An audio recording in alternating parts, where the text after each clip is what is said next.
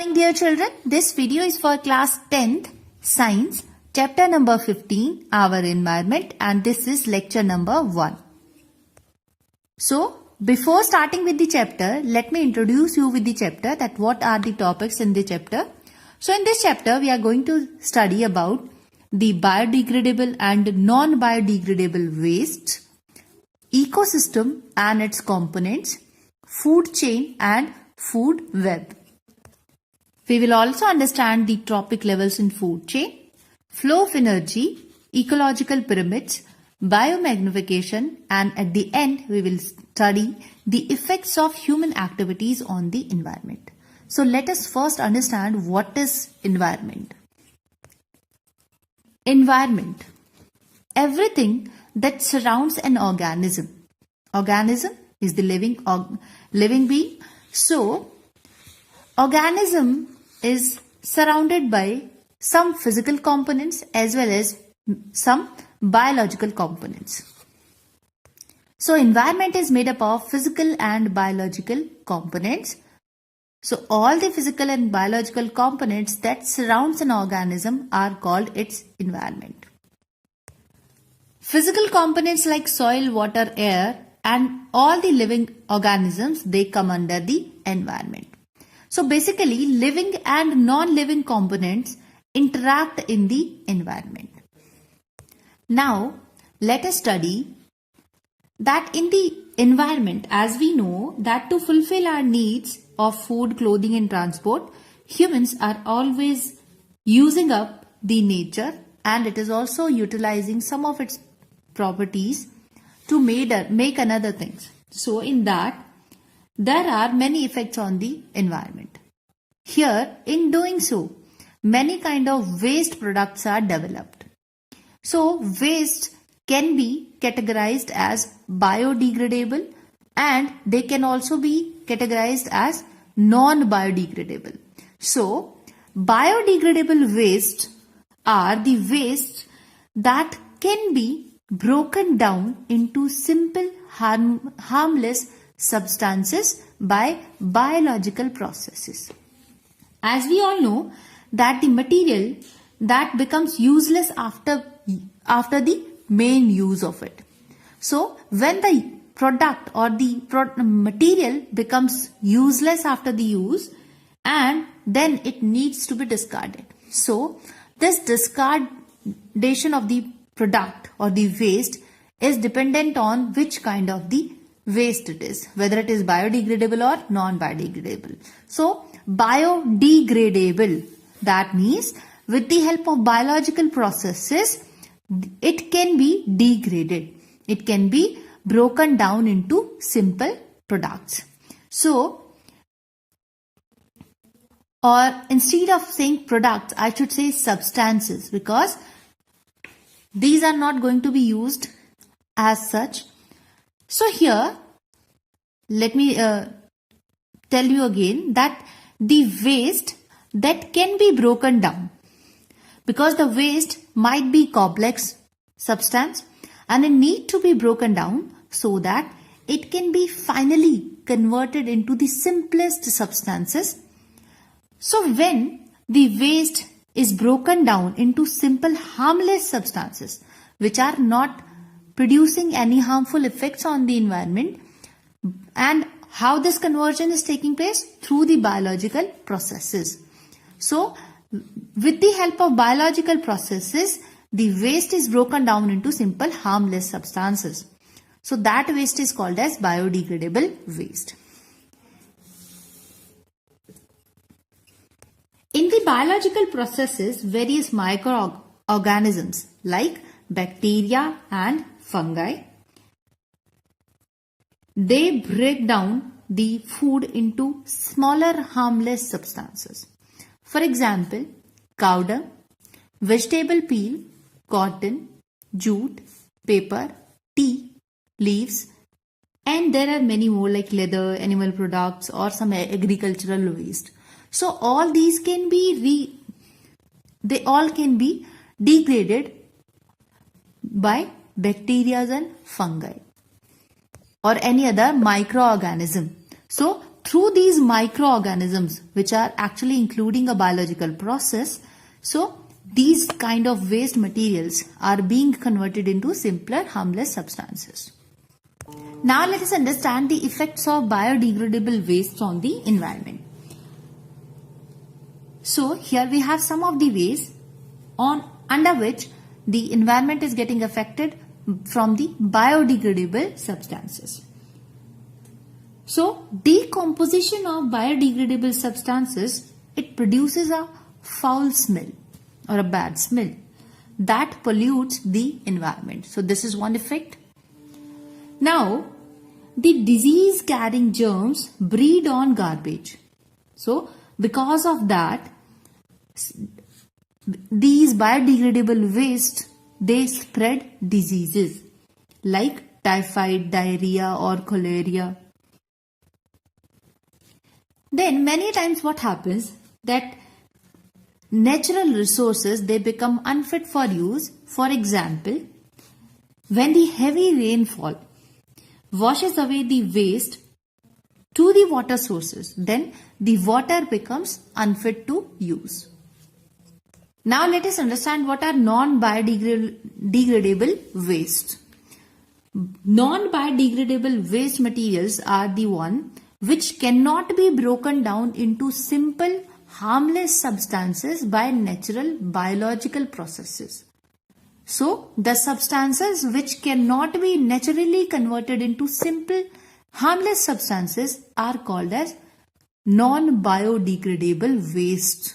So the waste which cannot be degraded with biological processes, which are called as non-biodegradable waste.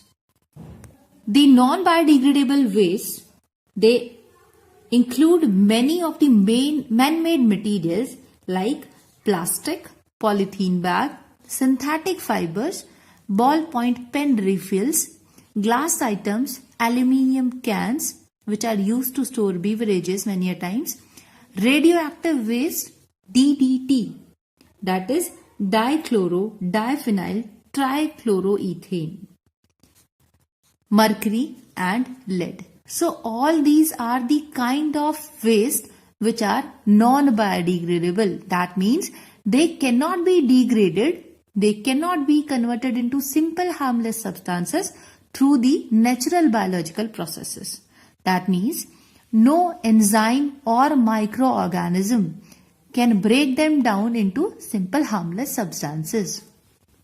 And here DDT, that I named as dichloro, diphenyl, trichloroethane, is a non-biodegradable waste which can enter into the food chain. That means the food that we eat in a series, in that also it can enter because it is used to treat the diseases that are present in the soil. So in agriculture, in horticulture, most of the time DDTs are used to avoid the diseases. Because DDT is a pesticide and it is banned in most of the countries, but this causes serious health problems. Now let us see the effects of non-biodegradable waste materials on the environment. So the first thing that we noticed is that the harmful substances or non-biodegradable waste materials, they can enter into the food chain. Later we'll understand what is food chain, but in short I want to tell you that we know that we as a human, we are dependent on the organisms which make their own food. Like we are dependent on the plants or any other element for our food. So in that case, what we are doing, we are directly or indirectly taking our food from some other organism, whether it is a plant or an animal. That means we are taking the food from some other plant or some animal. The animal might be taking the food from some other animal or some plant. So in that way, we are creating a chain or a series in which one organism is producing the food. The secondary organisms, they take up the food directly or indirectly from that. So that is a food chain. So these harmful non-biodegradable waste substances, they enter into the food chain and cause health problems. There are harmful chemical substances which contaminate the groundwater sources. These harmful substances, they also reduce the soil fertility. So children, now let us try to understand an activity. The activity is to find out the decomposition of household waste. And the procedure to do this activity will be that collect the waste material from your home, that includes the waste materials from the kitchen and from some other portions. So they can include vegetable and fruit peels, used tea leaves, spoiled food, empty plastic cartons, some waste papers, medicines or bubble packs, old and torn clothes or broken footwears.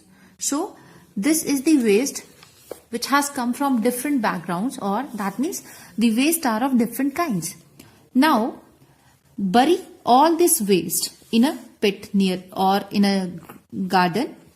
Then keep this waste which you have put in the pit, keep this moist and observe it for 15 days. Then you will find that there are some changes, but some of them still remains unchanged. So make a list of the materials that remained unchanged and also note down the materials that have changed their forms. Then on the basis of your observation, try to categorize these waste materials into biodegradable waste and non-degradable waste. Non-biodegradable waste. So you have to categorize them under the biodegradable waste and non-biodegradable waste. So till now we have understood what is a biodegradable waste and what is the non-biodegradable waste and what are the effects on the environment. Now let us study the next topic, that is ecosystem. Ecosystem is a system where all the living things interact with each other. And where all these living things are interacting, there might be some physical surroundings which come under the category of non-living things.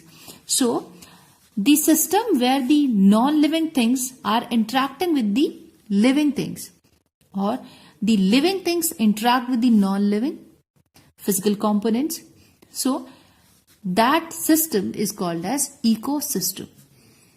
It can also be defined as the system where all the biotic means living and abiotic means non-living components interact with each other. So here abiotic components will be like we have air, soil, water, and biotic components will be all the organisms, whether they are microorganisms or some multicellular or unicellular organisms. Here the biotic components, they all include the living things which can be a plant, animal or humans or any other microorganism. And the physical surroundings, they come under the abiotic components which are soil, air and water. So an ecosystem is having the interaction of living components with the non-living components. You can take the example of a pond here. So here we find that different microorganisms, plants, animals, they are all interacting with each other.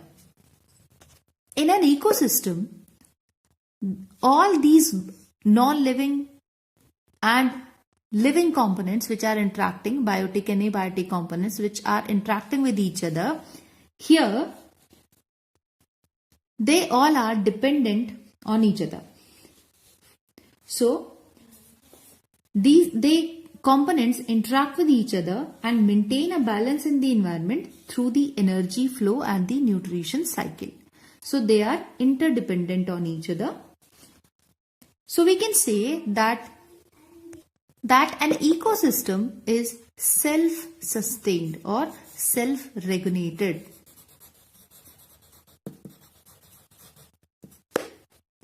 Some examples we can have as forest, deserts, garden, or the agricultural lands. They all come under the different kinds of ecosystems.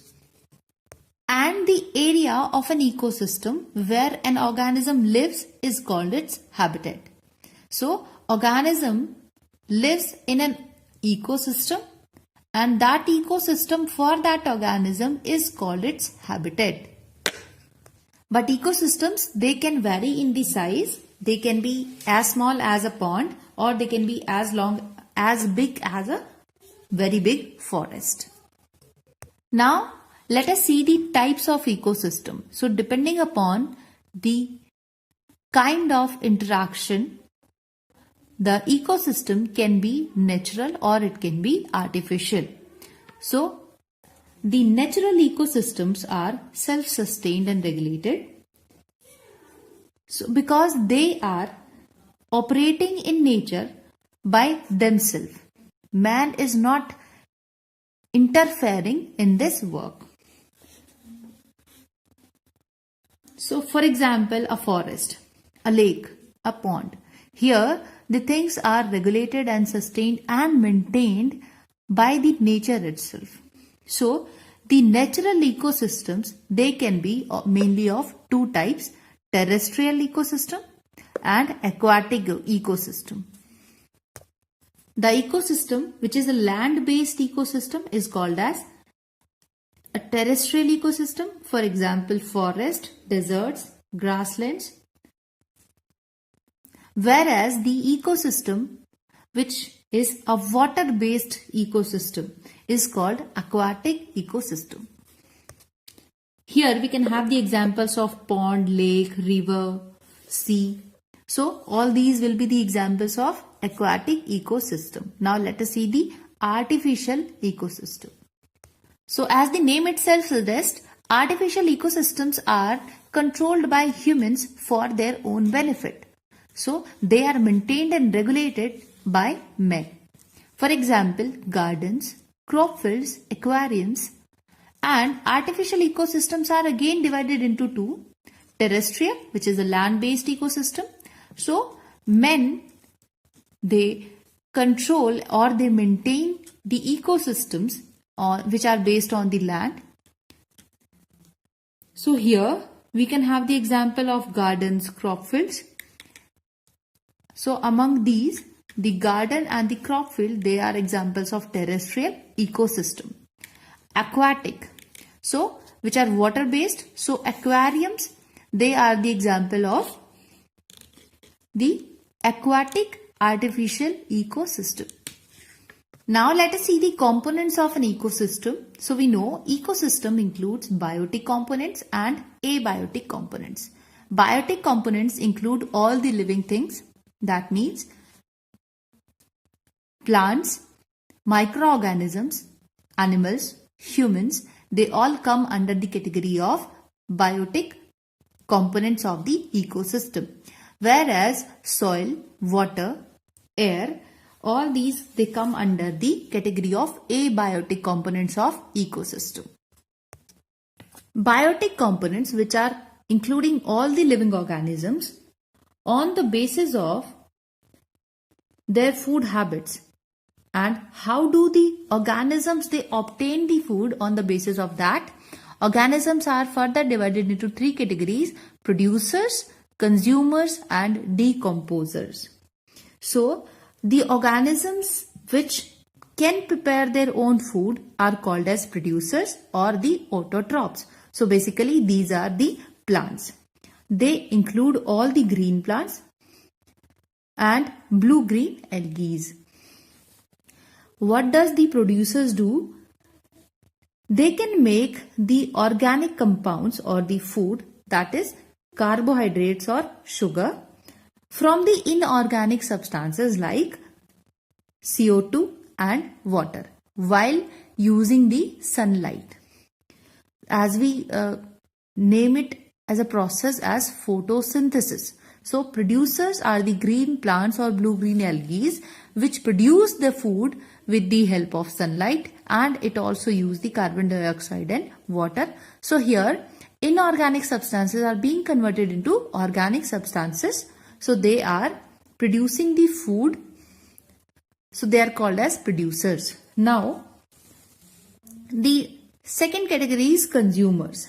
Consumers are the organisms which are dependent on others for their food. They are also called as heterotrophs, and about heterotrophs we have studied in our previous chapters.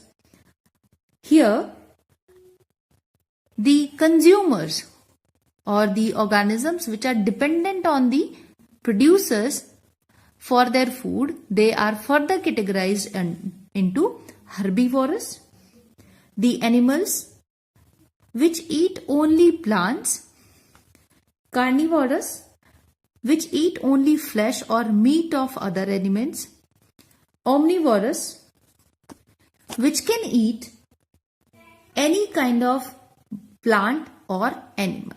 So omnivorous, they eat the substances which the herbivorous are eating and the carnivorous are eating. So they can eat both plants as well as animals as their food.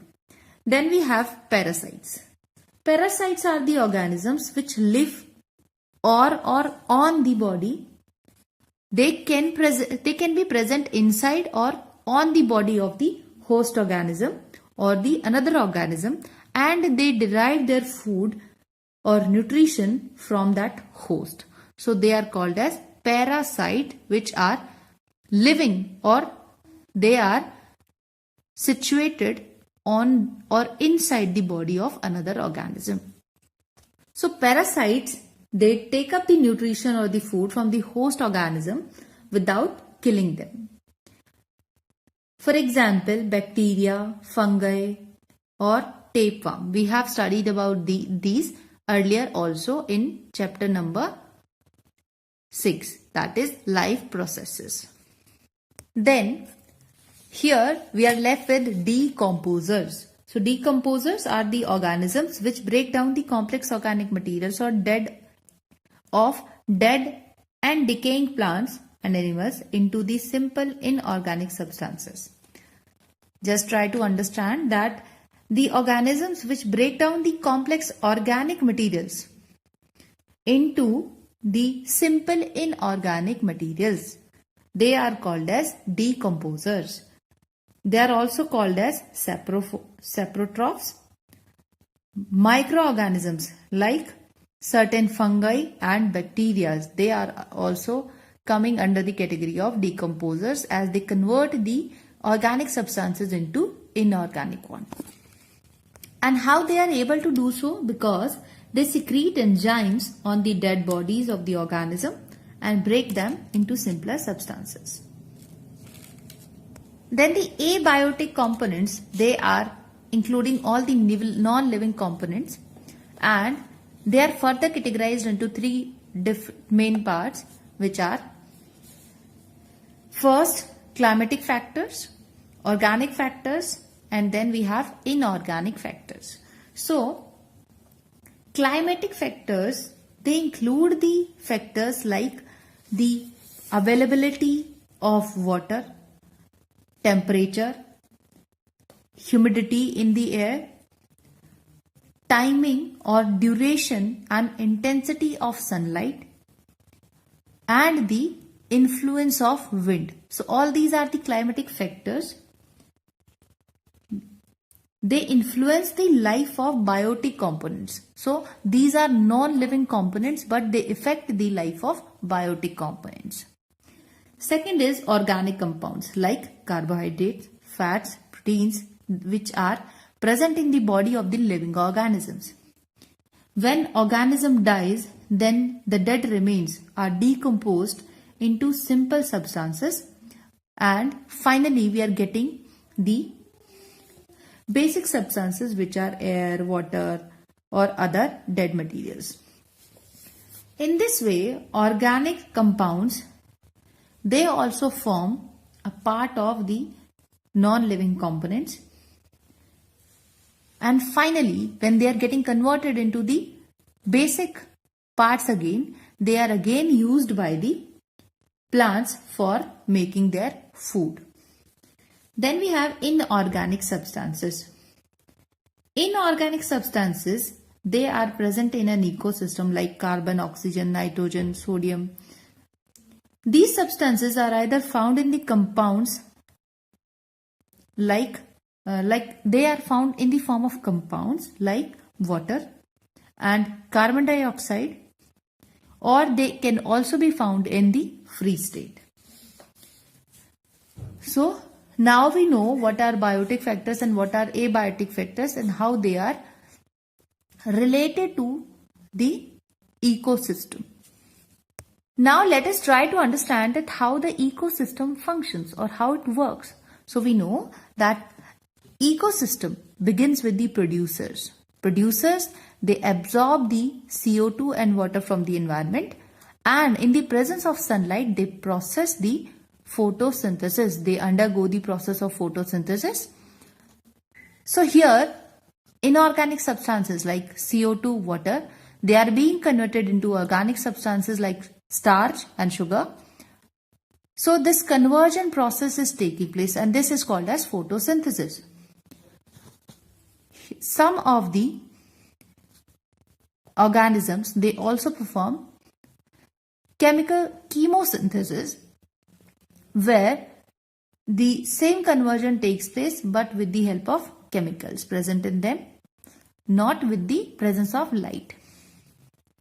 And after the formation of food, consumers utilize the energy stored by the producers in the form of food.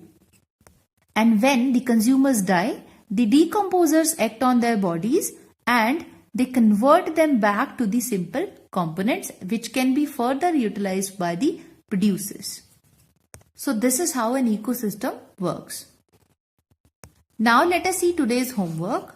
Question number 1 for you is, why are some substances biodegradable and some are non-biodegradable?